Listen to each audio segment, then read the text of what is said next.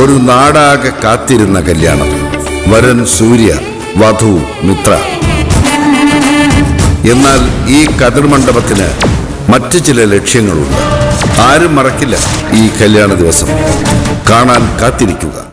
സ്വയംവര പന്തൽ എല്ലാ ദിവസവും രാത്രി 8 മണിക്ക്. എന്താ ആന്റി? പാർട്ടി കഴിയാണ്. ഇനിയുള്ള സമയം കൃത്യമായിട്ട് വാച്ച് ചെയ്യാൻ നീ സെക്യൂരിറ്റീസിനോട് പറയണം. നീയും അവന്റെ പുറകെ തന്നെ ഉണ്ടാവണം. എന്തു പറ്റി? അളിയനെ തട്ടിക്കൊണ്ടുപോകാനുള്ള ശ്രമങ്ങൾ ആരുടെയെങ്കിലും ഭാഗത്തുനിന്നുണ്ടായോ? നീ പറഞ്ഞ അനുസരിച്ചാ മതി. നാളെ വിവാഹം കഴിഞ്ഞല്ലാതെ സൂര്യ ഈ മണ്ഡപം വിട്ട് പുറത്തു പോകാൻ പാടില്ല. മറിച്ച് എന്തെങ്കിലും സംഭവിച്ചാലേ ഞാൻ നിന്നോടാ ചോദിക്കാം. ആന്റി പേടിക്കണ്ട. സെക്യൂരിറ്റികൾ ചെയ്യാൻ മറന്നാലും എന്റെ കണ്ണുകളുടെ നിരീക്ഷണത്തിൽ നിന്ന് അളിയൻ പുറത്തു പോവില്ല. ഞാൻ ചാർജ് എടുക്കട്ടെ ആന്റി.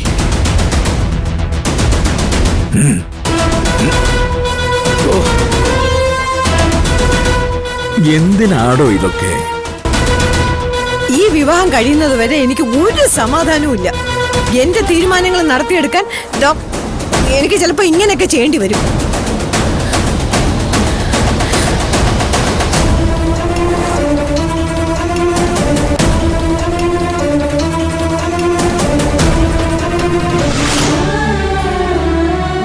അച്ഛനോട് ഞാൻ പറഞ്ഞല്ലേ തലപ്പണത്തിന്റെ കാര്യമൊന്നും പറയാൻ നിൽക്കണ്ടെന്ന്. അതച്ഛൻ കേട്ടിരുന്നെങ്കിൽ ഇത് വല്ലതും ഉണ്ടാവുമായിരുന്നോ? ഇപ്പൊ തന്നെ നോക്ക്, അവർ തമ്മിൽ പരസ്പരം സംസാരിച്ച് വിവാഹം മുടക്കാൻ നോക്കിയതിന് ഒന്നും കുഴപ്പമില്ല. അവസാനം കുറ്റം കണ്ടുപിടിച്ചതോ നമ്മളില്ല. എന്തിനാച്ചാ അത്? ഞാൻ പറയുന്നില്ല എന്ന് തീരുമാനിച്ചതാ മോളെ.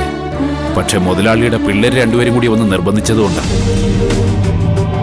ചടങ്ങിന്റെ കാര്യമല്ലേ, വിശ്വനാഥ് സാറിനോട് നിർബന്ധമായി പറയാൻ പറഞ്ഞു. അച്ഛൻ അതുകൊണ്ട് പറഞ്ഞു പോയതാ മോളെ. ഓ, അപ്പോ അച്ഛനെ മുന്നിൽ നിർത്തി കൊടുത്തിട്ട് അവര് ഭംഗിയായിട്ട് കളിച്ചു. ഈ വന്നവരും പോയവരൊക്കെ നമ്മളെ ചീത്ത പറഞ്ഞപ്പോ അവരൊരക്ഷരം മിണ്ടിയോ? പറയുമ്പോ എന്താ, ഒരു ജോലിക്കാരനെ വലിയ ആളെ പോലെ കണ്ടില്ലേ, അയാളോട് മാപ്പ് ചോദിക്കാൻ പറഞ്ഞില്ലെന്നൊക്കെ തോന്നും. പക്ഷെ നമ്മൾ ഇവിടെ വന്നിറങ്ങിയപ്പോ മുതല് അച്ഛൻ ശ്രദ്ധിച്ചിട്ടുണ്ടോ? സൂര്യ സാറിന്റെ സഹോദരിമാർക്ക് ഈ വിവാഹം നടക്കുന്നതിൽ എതിർപ്പുണ്ട്. അത് മുടക്കാൻ അവർ ശ്രമിച്ചുകൊണ്ടിരിക്കുന്നത്. അതെനിക്കും തോന്നി മോളെ. അച്ഛാ, മറ്റുള്ളവരുടെ മുൻപിൽ അവരെന്തൊക്കെ പറഞ്ഞാലും അവരുടെ മനസ്സിൽ നമ്മൾ അടിമകൾ മാത്രം. ഇനി നാളെ കല്യാണം കഴിഞ്ഞ് ഇവിടെ നിന്ന് ഇറങ്ങുന്നത് വരെ ഇതുപോലുള്ള ഒരു കൊടുക്കിലും നമ്മൾ ചെന്ന് ചാടിക്കൊടുക്കരുത്. വിവാഹ മണ്ഡപത്തിലേക്ക് കയറാൻ തോന്നുന്നില്ലെങ്കിൽ അച്ഛൻ അങ്ങോട്ട് കയറാൻ വേണ്ട. സത്യമായിട്ടും എങ്ങനെയെങ്കിലും ഇവിടെ നിന്ന് പോയാൽ മതിയെന്നായി. അതെ മോളെ, നമുക്ക് ഈ കൊട്ടാരത്തിലെ ആഘോഷങ്ങളും ആർഭാടമൊന്നും പറഞ്ഞിട്ടില്ല. ഒരു പാത്രത്തിൽ വിളമ്പി വട്ടമിട്ടിരുന്ന് കഴിക്കുന്നതിന്റെ സ്വാദ് ഇതിനൊന്നും കിട്ടില്ല. ഇവിടെ നടന്നതെല്ലാം കൂടി അങ്ങ് മറന്നു കളയാം.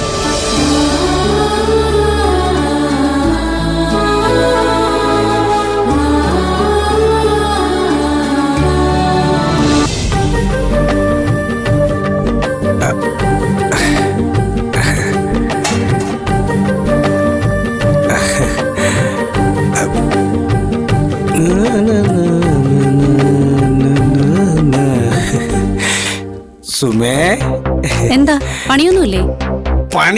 പണിയെടുത്ത് മനുഷ്യന്റെ നെഞ്ചും കൂടുകലങ്ങി. ഞാൻ കുറച്ചു നേരം വെറുതെ ഇരിക്കാനാ വന്നേ. എന്നാ അങ്ങോട്ട് പുറത്തിറങ്ങിയിരിക്കെ, എനിക്കിവിടെ പണിയുണ്ട്.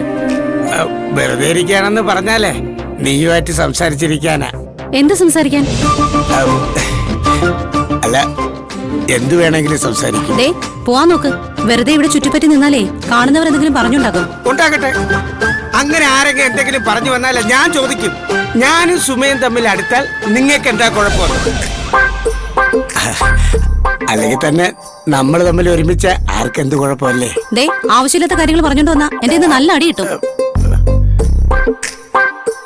ദേ എതി സാർ വരുന്നുണ്ട്. അയ്യോ സാറോ? എടി സുമേ, സാറിനോട് പറയല്ലേ.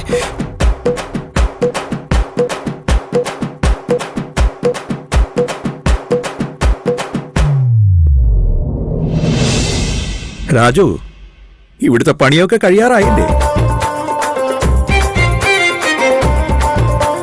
ഇങ്ങോട്ട് വാടാ. നിന്നോട് വരാനാ പറഞ്ഞത്.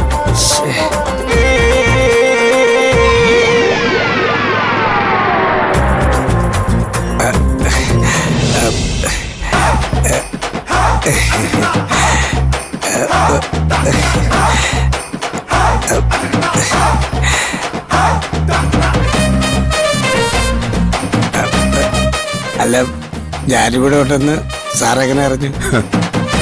സുമ നിൽക്കുന്നതിന്റെ അടുത്ത് എവിടെങ്കിലും നീ ഉണ്ടാവുമെന്ന് എനിക്കറിയാലോ. അല്ല, നന്ദിനി അച്ഛനും എവിടെ? അല്ല അവരവിടെ പുറത്തിരിക്കുന്നുണ്ടായിരുന്നു സാറേ. രണ്ടാളും നല്ല വിഷമത്തിലാ സാറേ.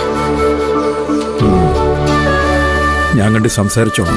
എന്റെ പൊന്ന് സാറേ, ഒരു 10-20 പേര് ചെയ്യേണ്ട ജോലി നന്ദിനി ഒറ്റയ്ക്ക് ചെയ്തിട്ടുണ്ട്. ഇതെങ്ങനെയാ പറ്റണേന്ന് അതിശയത്തോടെ നോക്കി നിൽക്കുക ഞാൻ ചെയ്യാറ്. എന്നിട്ട് വെറുതെ അതിനെ വലിയൊരു ചടങ്ങ് നടക്കുമ്പോൾ നമുക്കിഷ്ടമില്ലാത്ത ചില കാര്യങ്ങളും അതിനിടയിൽ സംഭവിക്കും. ആ, അവരുടെ വിഷമം ഞാൻ മാറ്റിക്കൊള്ളു.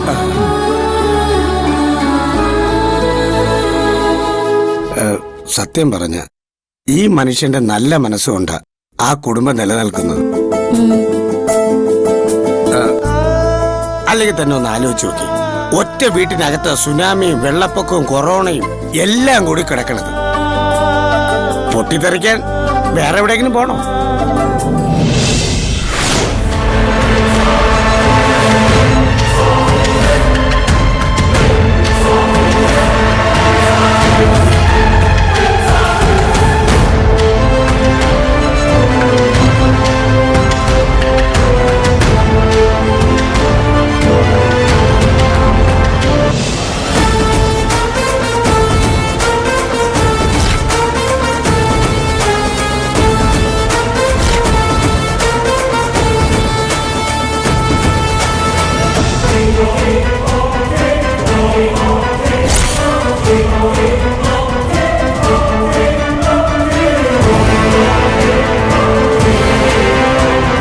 മാലിനി,